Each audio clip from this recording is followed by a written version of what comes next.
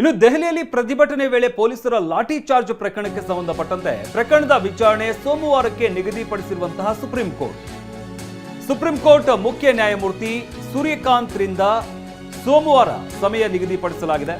ಸಿಜೆಐಗೆ ಮನವಿ ಮಾಡಿದಂತಹ ಹಿರಿಯ ವಕೀಲ ಗೋಪಾಲ ಶಂಕರನಾರಾಯಣ ಹಿರಿಯ ವಕೀಲರ ಪ್ರಸ್ತಾಪಕ್ಕೆ ಪ್ರತಿಕ್ರಿಯಿಸಿರುವಂತಹ ಸಿಜೆಐ ಸೂರ್ಯಕಾಂತ್ ಇನ್ನು ಪರಿಸ್ಥಿತಿ ಗಂಭೀರವಾಗಿದೆ, ತಕ್ಷಣ ಗಮನ ಹರಿಸಬೇಕಾಗಿದೆ ಅಂತ ವಕೀಲರು ಮನವಿಯನ್ನ ಮಾಡಿಕೊಂಡಿದ್ದಾರೆ. ವಿದ್ಯಾರ್ಥಿಗಳ ಮೇಲೆ ಪೊಲೀಸರು ದೌರ್ಜನ್ಯ ಎಸಗ್ತಾ ಇದ್ದಾರೆ.